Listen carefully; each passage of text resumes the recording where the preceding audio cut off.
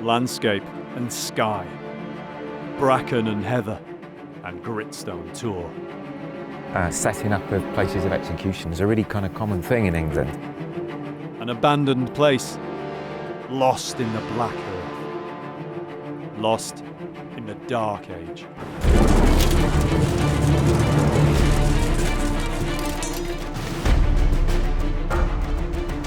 Flipping heck. This is miles. From the ancient world to the medieval, can any trace remain? An earth rampart, a cold stone wall, a frontier fortress, or a folly? The mystery of Carl Wark. The medieval world, the 5th to the 15th century. Tim Sutherland is one of Britain's most experienced archaeologists. He and a team of specialists try to understand medieval life by exploring the realm of the medieval dead. We have a classic view of the storybook medieval life. We don't hear the stories about the common man trying to keep his family alive. Archaeologically speaking, we can now focus in on the medieval dead people. You couldn't help almost look through their eyes thinking, what did they see? How did they die?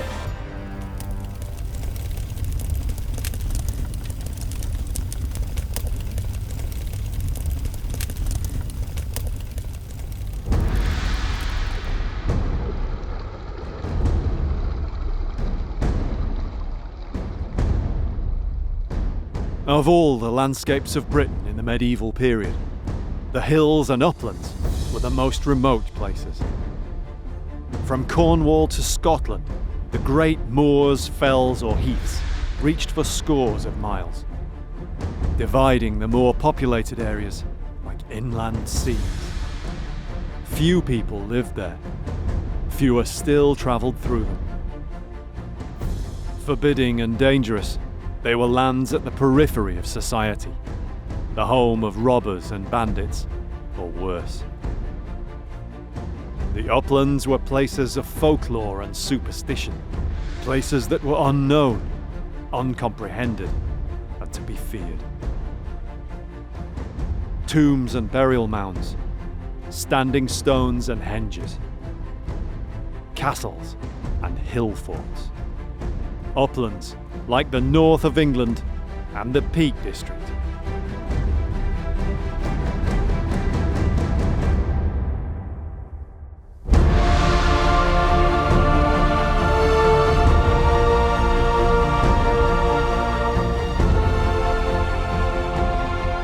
On the moors to the west of Sheffield lies a site which baffles archaeologists. Carl Wark is said by some to be like no other place in Britain. Its appearance is unusual, foreboding, monumental, unique.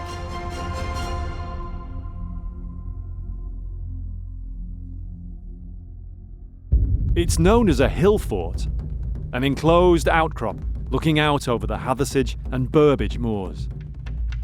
But it's a fort which doesn't seem to belong to any one period in history. When it was made, or who made it, and why, is all unknown. It's even possible it's not a fort at all. Was it for refuge, or ritual? A fortress, or a burial place? Very little is known for sure. Surprisingly, for a site of its impressive size, hardly any archaeology has been carried out there. The most commonly heard theory about Carl Wark's origin is that it's a hill fort which dates to the very earliest part of the Middle Ages. From the end of the Roman occupation in 410 AD to the Norman invasion of 1066, the period of Britain's history is known as the Dark Ages. It's called the Dark Ages for all sorts of reasons. The main one really is the lack of sort of written evidence that we have from the earliest part of the post-Roman period.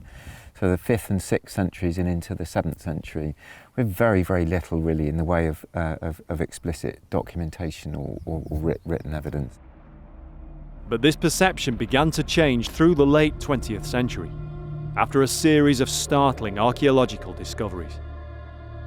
Perhaps the best known of these was Sutton Hoo in East Anglia, with its stunning finds from a great 7th century ship burial. Things like the Sutton Hoo ship burial really turned people's minds around to thinking of this not just as a sort of a decline in social terms following the Roman setup, but actually see it as a kind of like a re-emergence of what then eventually becomes the unified kingdom of England by the 10th century. We have a mental image of the Dark Ages, but in fact it's anything but. It's a sort of a misnomer in some ways, but it derives from the fact that we used to know very little about it. We have a huge amount of really good archaeology, some of the nicest jewellery, the gold work, the sort of flamboyant side of the things that we find. For example, at Sutton Hoo, it's really impressive and it's anything but what we would term dark. Carl Wark might well date from the Dark Ages. Yet the written sources that do remain to us from these times, like the Anglo-Saxon Chronicle, contain no known mention of the place. On such an apparently strong and powerful site, history is, so far, silent. It makes it hard for archaeologists to make a straightforward judgment. Carl Wark's a complete enigma. I think we could probably place it in the Anglo-Saxon period, but it's an odd one. When I look at Carl Wark, I see somewhere which is quite a foreboding place, and it doesn't fit neatly into another archaeological type site. So maybe that its sort of distinctive, unusual configuration, its remoteness, because it's not that easy to get to, and its slightly foreboding air has put a lot of archaeologists off from excavating it and investigating it. The mystery of Carl Wark is something that's clearly engaged people's minds and thoughts for a long time. It doesn't fit into any known pattern, and so it becomes impossible to fix it in time, specifically, or in a culture, specifically. We just simply don't know who made it and when it was done, or why it was done. So that, to me, is the mystery of Carl Wark. What we do know about Carl Wark begins with the geology. Bill Bevan worked in the Peak District National Park for 17 years, and he knows the area very well. Carl Wark as a natural feature is a plug of quite harder gritstone. So when the gritstone was being eroded, due to rain, due to weather, such as wind, by the rivers, the softer beds of gritstone were washed away, turned into sand and grit. The harder beds were left standing. It's got sheer cliff edges on three sides, and it sort of joins the valley side at its western end. So it's a natural feature. It would have formed millions and millions of years ago, and as a feature in the landscape, it presumably attracted people's attention throughout thousands and thousands of years of human occupation of the Peak District. Tim Sutherland has come to the Peak District to learn what he can about this enigmatic site. Local author and amateur archaeologist Mick Savage is from Sheffield, and he grew up just a few miles from here. He's always been fascinated by Carl Wark. When you live so close to the Peak District and you see things like Mam Tor and you see things like the lead mines, and eventually you find somewhere like Carl Wark, or Wark, some people say, we always called it Wark, then it just intrigues you as to want to know why and who did it and how old is it. He was so intrigued, in fact, that he wrote a book about it. It's still the only one in print which focuses solely on Carl Wark and its history.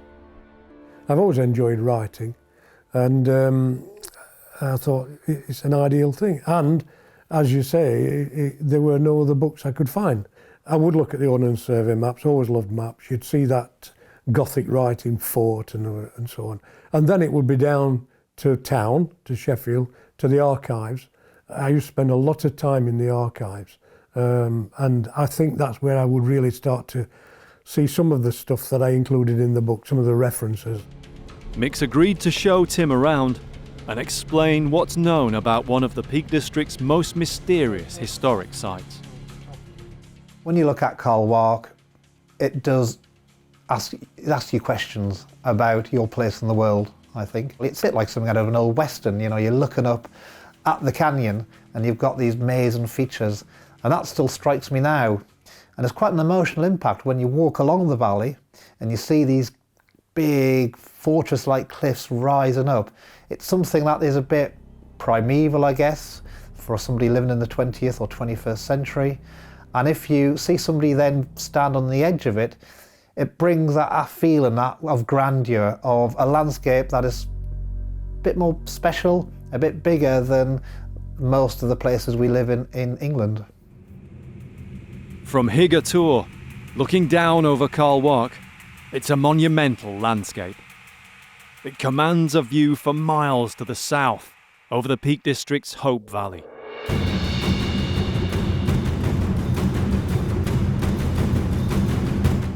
And from the south, Carl Wark and Higa Tor dominate the northern skyline. So you start to see now the general size of it, its height. It's certainly got more of a scale to it when you come up from underneath it like this. It's certainly a strong position, if Carl Wark's purpose truly was as a defensive fort. It sits atop a spur off the hanging valley beneath Higa Tor.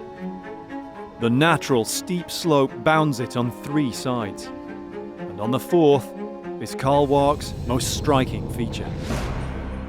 A 40-metre stone rampart, banked with turf 8 metres deep. Made of boulders hewn from the very gritstone on which Carl Wark sits. The wall would have been taller when it was built, a formidable defence which bars access to the natural plateau beyond. So it's, especially this place, I mean, this is nearly 3 metres tall. I mean, It it's is. not a little wall, is it? No, not by any means. And who knows where the original ground surface is here. Could be a metre down. Yeah. With a build-up here Yeah. of the soil and the turf.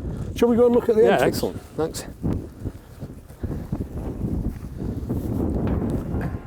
The entrance is defended by 2 large semicircular bastions, like the barbican of a medieval castle. Inside there's a level area, the only obvious part of Carl Wark where its conceivable buildings might once have stood.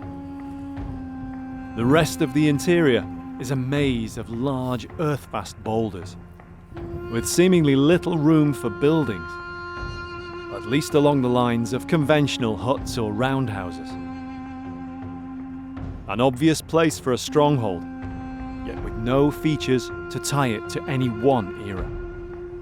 It could have been made in prehistoric times, the Roman era, or the Middle Ages. It's an archaeological mystery that Mick has pondered for many years. To local people living in Sheffield and the area around here, once you start to talk about something like Carl Wark, say, yeah, it's always puzzled me, but doesn't it say it's Iron Age? Yes, it does on a plaque, but that doesn't mean that it really is.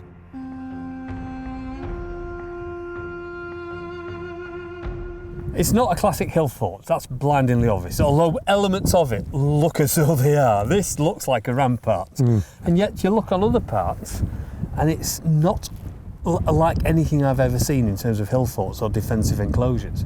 But it just doesn't jump out at you what it is, does it? No, That's the not problem at all. with it. No. Is this a meeting place from the Bronze Age? It could be. It could be the place where people gathered for meetings, who knows? So then you step forward in time and you come into the Iron Age, which is what this tended to be thought to be, because Iron Age equals hill fort. We've looked at the features, it's got a few of them. You've already said it's not got all of them. And then along come the Romans. If this was occupied at that time as a defensive hill fort, the Romans would not have left it alone. Could it have been built in that period in between when the Romans left? So in the sort of what everybody calls the Dark Ages, The Dark post-Roman Ages. period. Yeah, and so on, and beyond there. We are on the border, the Mercia Northumbrian border, and literally on that border there was all kinds of problems and strife until there was a truce. So it could have been something to do with that border. This remains an enigma. Yep. Enticing though they are just theories. The big problem really with trying to get a handle on what Carl Wark was about, when it dates from and what it was used for, is that there's no real evidence archaeologically. And that's not unusual because most sites, most hill forts, hilltop enclosures in the Peak District have not been excavated or have only been excavated to a really small amount.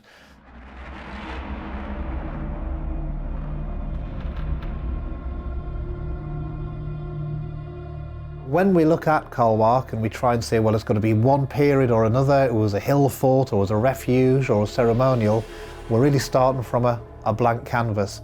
And anybody who tries to say it was one thing or the other is really speculating. It is a real enigma, basically. Nothing has ever been found here to give even a vague historical date as to when it was built, nor even its use for any purpose at all beyond the last few centuries. Who built these walls and then vanished into time, leaving no trace? There's no evidence so far, but that doesn't mean nobody's tried to find any. In England, every county archaeology unit has its own SMR, a Sites and Monuments Record. Tim's in Sheffield to have a look at South Yorkshire's SMR. He's heard it contains details of some archaeological work carried out at Carl Wark many years ago. Perhaps there's some information here that will help, something that was missed before. We've only been in existence since 1974, more or less, but there's been interest in the site for a lot longer than that. And we've collected what we can together. There's no doubt other stuff, but this is what we've got, so I can talk you through this. It's an important site, it's an impressive part of the landscape, and people have been interested in it for a long time. The earliest mention of Carl Wark is by local antiquarians of the 19th and 18th centuries. There's Hayman Rook, did a walkover survey of the site. We've got a few copies of pages from his notebook in here. Among the files, Zach has found the record of the only known archaeological dig to take place at Carl Wark, just after the Second World War in 1950. In 1950, a chap called Simpson put a trench through the turf wall. I've got the diagram in here. All right, yeah. Which is what you want to know, is how what's the wall and the rampart made of? So he says it's basically turf and stone revetment. There's no report from Simpson's dig, no record of anything he found in the way of artifacts, just the illustrations of where he dug, his trenches, which oddly changed direction. Perhaps Simpson was searching for evidence of buildings in the open area inside the wall. Yeah, that's right. Come up with definitive evidence, has he really, as far as we know? Well, he's told us how the rampart was constructed, and like you say, there's little else, unless he got lucky and managed to find something else with his other trenches. But as far as I know, he didn't. It's tantalising. Maybe Simpson kept notes, but they're lost to us now. The dig plans give us something to go on, though. They'll help us put together a case to reinvestigate the archaeology and hopefully carry out a new survey at Carl Wark. It's a scheduled ancient monument, and so, as ever, it will take time for the necessary permissions. Meanwhile, what parallels are there for Carl Wark in the Peak District? If it were much earlier than the Dark Ages, are there other places which have similar characteristics? The description, hill fort, often leads us to think Iron Age. If there's one site in the Peak District that's the epitome of a hill fort of the Iron Age, it's Mam Tor.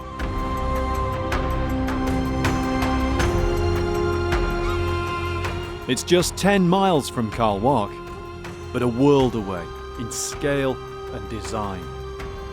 The deep banks and ditches enclose a hilltop fortress over 1,000 metres in circumference. Many platforms have been found, and there were perhaps dozens of buildings here once, enough to house a large population in safety during times of crisis. Carl Wark is completely different to Mam Tor. Most Iron Age hill forts, quite big sites. They've got evidence for occupation inside them. They're an enclosed settlement of some sort. People were enclosing them either because they had to defend their settlement due to warfare, a bit like the nuclear deterrent of the time, or it was about status. They're shown off. You know, whoever's the leader of that tribe, the chieftain or whatever, can mobilise lots of people to build some big ramparts, some big banks and ditches. That's saying, look, I'm fairly boss, I can control all these people. You know, I'm an important man, you don't mess with me. Carl Wark has the feeling of something more workmanlike, more improvised, and there's no known spring or well, so it probably couldn't have supported a large population for long. Mam Tor, in the Peak District, not far away, as we said, is built around a spring. So if that's the interpretation of hill forts, defended settlement, you'd be quite happy living on Mam Tor. You've got your water supply. That doesn't happen with Carl Wark. So that really questions, can it be a hill fort in the normal sense of an Iron Age hill fort? There are other sites in the Peak District with walled enclosures that might not be hill forts as such. Gardham's Edge, a few miles away near Baslow, has been dated to the Bronze Age, but what the walls enclosed is unknown. Perhaps it was for some ritual or ceremonial purpose. The problem with this and other sites in the peaks is the same. Where are the dead? These acidic soils rot anything organic. So whether that's metal, or whether it's iron, whether it's human bone, animal bone, leather, cloth, etc., which really reduces what we can find and what survives from the past. On the whole, the only way that the dead survive in this landscape is if they were cremated first and put in a pit or a clay pot or a bag and buried together. The burnt bone survives. But otherwise, human internment in the form of skeletons just leaves no trace. Within a number of decades, those bones have just completely rotted away. If people were buried within Carl Wark's enclosure, probably very little will now remain. Now there's a chance to build on what's known so far. We've been granted permission to go ahead with new work. It's the first at Carl Wark for more than half a century. By now the seasons have turned, so although the site isn't exactly remote, it's not easy to access. Everything has to be carried in on foot. The fast-flowing Burbage Brook and the steep, boggy terrain of the approaches demonstrate the strength of Carl Wark's position. It's maybe another reason why few people have done much archaeology here. It's hard going to get all the kit onto site, but it's worth the effort to see the view. Wow. Flipping heck. I can see for miles. The gap in the weather won't last long. They have to get the survey going. No one has ever attempted geophysics at Carl Wark, so it's a real first. The survey is aimed mainly at the area immediately within the stone rampart. It seems the most likely area where we might be able to find traces where buildings once stood. What Simpson was presumably looking for with his snaking trenches in 1950. And as part of the survey, we'll try to locate exactly where these trenches were. There are various factors to take into account. The depth of the soil here is unknown, and there are obviously a lot of boulders above and below the surface, so the rock may affect the magnetic signal. They'll use several techniques, along with the standard magnetometer. Emma tests the magnetic susceptibility, or mag-sus, of selected areas. This measures the soil's potential to become magnetised by, say, burning, so it can help identify possible hearths or rubbish fires. To cover wider areas more quickly, Chris uses the large aerial EM31. Not easy in driving wind on Carl Wark's exposed plateau. With such a short time on site, it will help him cover the ground. At the same time, we'll carry out a photogrammetry survey using an aerial drone. From this, we'll hopefully create a 3D terrain model of Carl Wark. It's the first time for this as well. It's a lot to get done, and Carl Wark can be an unforgiving place when the weather closes in.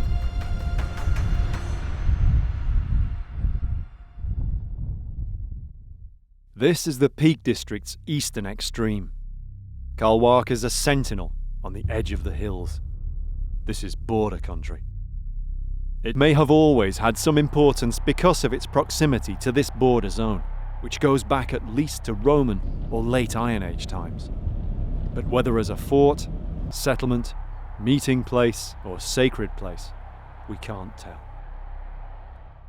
To us now in 21st century Britain, the most significant period in this story of the borderlands is the Dark Ages.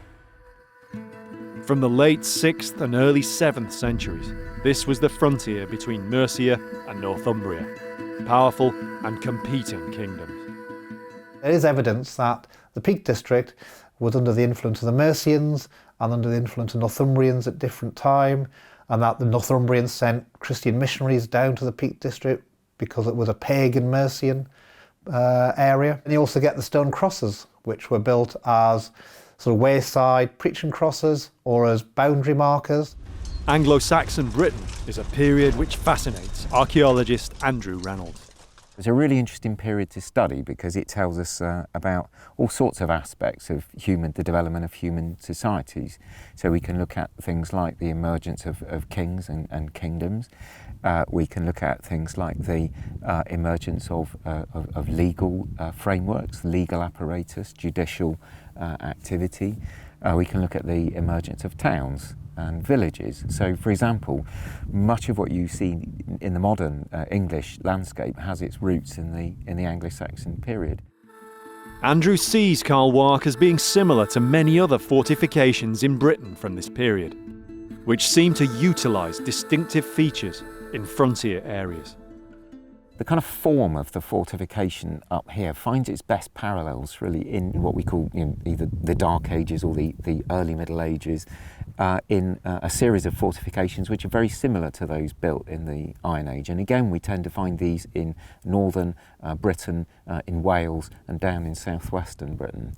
So in terms of its parallels, it really finds its best comparisons in the Iron Age or in the early medieval period. It's perfect for controlling movement in and out of the region. We know it's a border area. It marks this sort of a very, very marked transition in the nature of the landscape. The geology changes, the soil types change, the vegetation changes, and given the nature of the topography, there are only a few ways that you can safely or easily traverse this landscape. And Carl Wark sits absolutely smack bang in the middle of one of the freest routes of passage across this particular patch of ground. Wherever people travel across borders, you find powerful expressions of state-like institutions. The main roads which today enter the peaks near Carl Wark are all relatively recent. The now disused Houndkirk Road was an 18th century road from Sheffield. So this is the routeway into Sheffield from here, 7 miles away. It probably followed the line of earlier routes, which must have passed near Carl Wark since at least Roman times. See, one of the things that you'd expect in a region like this, if you're crossing from one kingdom into another, is a gallows. And from the 7th and 8th centuries AD, you find setting up of places of execution is a really kind of common thing in England. It makes you fully aware that you're passing from one political territory into another. So given the importance of this particular region, a major routeway, a fortification possibly of that period, this is exactly where you'd expect those kinds of territorial markers to be. So building a fortification like this sends out a very powerful political statement. So in some ways you don't even have to occupy it. If you've got sort of your enemies up to the north, you're setting up something which is staring them right in the face. Yeah, and basically what it's saying is somebody is here. It is not an open landscape. Something is here, we have constructed it, we are strong enough to do this, and it is an exhibition of how powerful, even in this border region that we are in. That's how determined we are that this is our border. So anybody coming from a distance would come to this area and think, something is changing here. And it's a very, very powerful way of expressing your dominance of a region at the margins of your territory. So this is why these early kingdoms set up things like gallows, defences, they dig great big banks and ditches and so on. And especially when you set that in the context of emerging kingdoms, they're trying to kind of forge large-scale identities, and the way that you can do that is just start to map out the landscape. You start to name it in very, very distinctive ways. And they attempt to control it. Yeah. To fortify, strengthen around the borders, so that anybody coming from afar will think, now we have to deal with these people who are capable of doing this. By now, the results of the survey are ready. It's taken time to get a handle on all the data, but it's been worth it. The photogrammetry reveals the natural promontory on which Carl Wark sits, dominating the valley below. The natural steep sides of the eastern flank, and the low but neatly stone-reinforced western wall. The huge northern rampart, still impressive in its size and strength. Despite the tough conditions during the survey, the team were able to cover a large area within and around the enclosure. As expected, the rocky geology has affected the data, but not too badly. They've successfully located the trenches explored by Simpson in 1950. But like Simpson, they haven't managed to locate any obvious remains of buildings or other archaeological features. It's still a huge leap forward in research into Carl Wark, and the data will hopefully help with future archaeology. But the results have brought up some unexpected points. We've also got some linear features that seem to cross from one side to the other. There's one there and there's one there, but they're not definitive as in a definite ditch. So there's some sort of linear aspect to that, as if there's something there, but we don't know whether it's man-made or whether it's natural. It just could be just a cleft in the natural rock. So again, it's nothing positive. Perhaps most interestingly, the MAG has revealed some surprising data. We've got these really weird anomalies like this area around there, where it looks to be heavily magnetic with a sort of a halo of white round it. So there's one there, a very large one, but there's also smaller ones there, and there's something there. Now, some of these are definitely magnetic, or rather ferrous metal iron anomalies. The distribution is similar to surveys Tim's seen of some battlefields. We know that iron doesn't survive in the ground here from ancient times due to the acid soil. If so, what else has been going on at Carl Wark from more recent periods? Over the last few centuries, or even decades, different activities may have left ferrous metal in the soil. Quarrying, millstone working, even climbing and tourism have probably left their traces. During his work in the area, Bill Bevan noticed some strange marks on boulders. They're all over Carl Wark. No one seemed to know how they got there. I'm trying to think, well, what could have made that? It clearly hasn't got the nice form of prehistoric rock art, so it didn't look like it was deliberately made by hand, but it clearly wasn't natural either. It looked a bit like, well, when I first sort of thought, it looks like a fossilised bomb explosion. What could be creating that? When he interviewed older people from the area, Bill found out what had gone on here on the moors around 70 years before. The whole area had been a training ground for the army in the Second World War. One of the guys I spoke to had trained in the area, and he talked about firing mortars from Burbage Rocks towards Carl Wark. What they would do, they would try and target a big earth-fast boulder and try and hit that with the mortars. And that's when it struck me that these are the scars of a mortar shell explosion.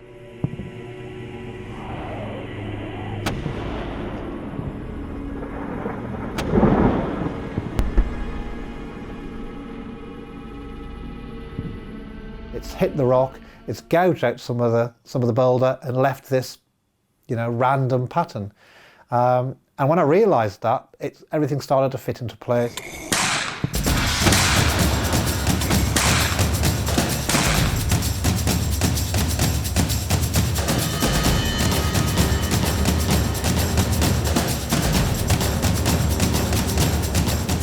British and Canadian paratroopers trained here before the D-Day invasion of 1944. Major Paul Oldfield served with the British Army for 25 years. He can help interpret the way the Army used the area in preparing soldiers for combat. The realism of firing live ammunition was essential, with mortars and other weapons. Well, it's quite a small area, but actually it's perfect for low-level infantry training. So if you are live firing in this area, anything that misses the targets is going to disappear into one of those hillsides, so you can actually stop it. Is this the sort of training you would have undertaken when you first started out? Yeah, and it's very much the same as basic recruits will do nowadays. And you can see just over there, we're just coming up to one of the rocks. It quite obviously has been engaged. That's a cracker. Clearly been used as a target, yeah. And judging by where the holes are, this is not an explosion from some kind of ordnance. These are bullet holes because of the pattern they're in. So looking at where these strikes are, if you look the other way, Tim, and then work out where the fire came from, well, there's all sorts of possibilities. You've got the near ridge here, probably about 150, 200 metres away. But on the other side of the track, of course, you've got that long spur running up to Carl Wark. That's probably 500, plus the one beyond it. And of course, the wide open ground to the left of the road there. All that is within visual range of this rock. It's quite impressive, though, the distance. If that is 550 or so, we'll have a look at the map in a minute. I reckon I could still hit that. That's pretty impressive. That was a pretty good shot. The bullet-scarred rocks are all around the valley, evidence of the intense battle training.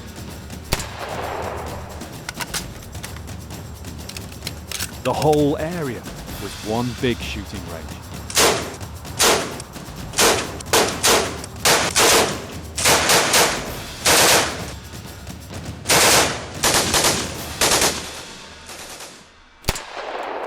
That's quite impressive up there. There's no denying that. Absolutely.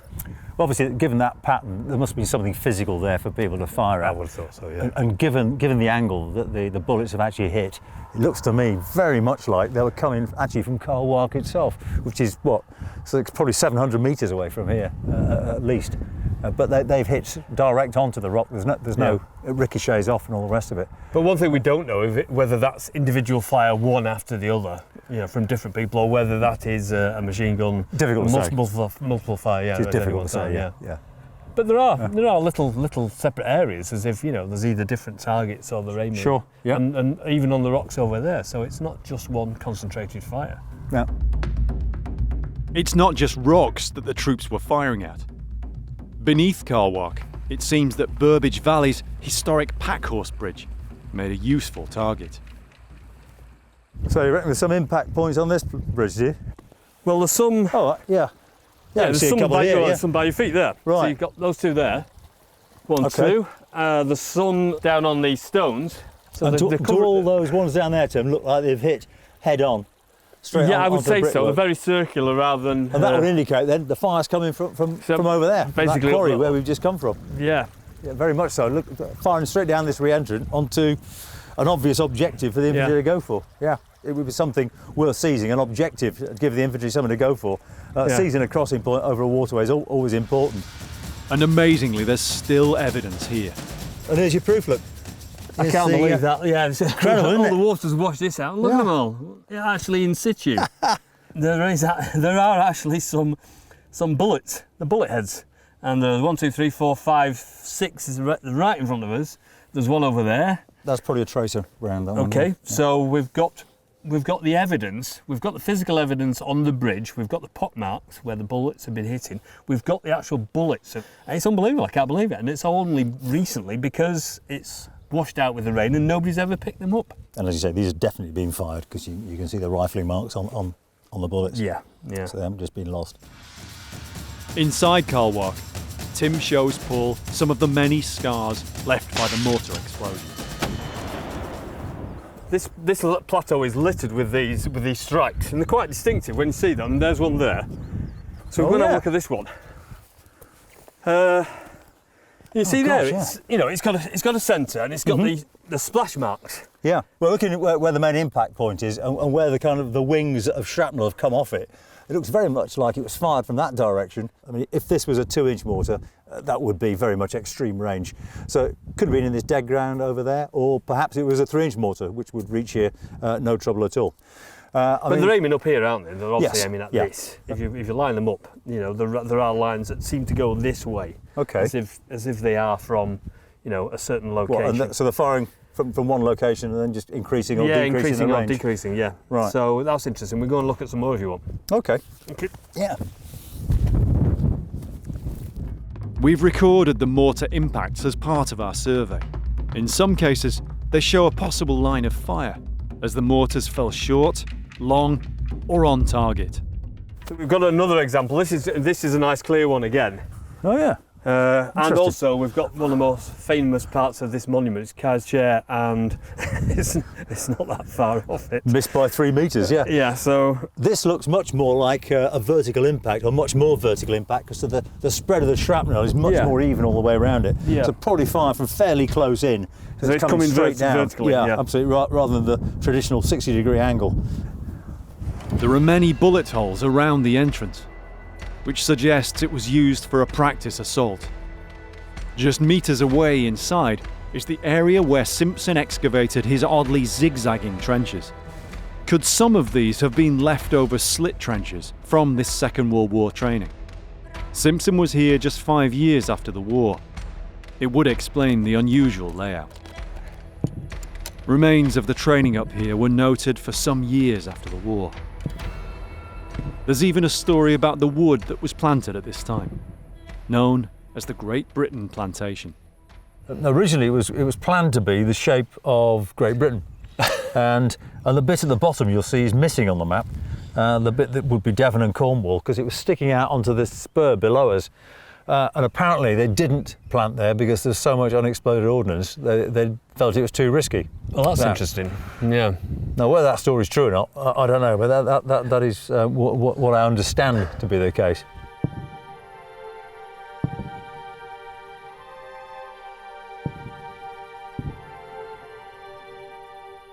From the recent past to time immemorial, soldiers have passed in the shadow of Carl Wark. But whether any fought or died here across the defences, no one knows. The place, its origin, and its purpose retain, across the centuries, a cloak of silence. There's no doubt, though, Carl Wark sat astride a frontier for many years, and between many tribes and kingdoms. Just a couple of miles away, at the village of Dor, 2 armies certainly came this way, recorded in the Anglo-Saxon Chronicle. It was here, in the year 829 AD, that the Northumbrian king Eanred submitted to King Ecgbert of Wessex, who thus became the first overlord of all Anglo-Saxon Britain. And mercifully, for once the armies left without ever fighting a battle.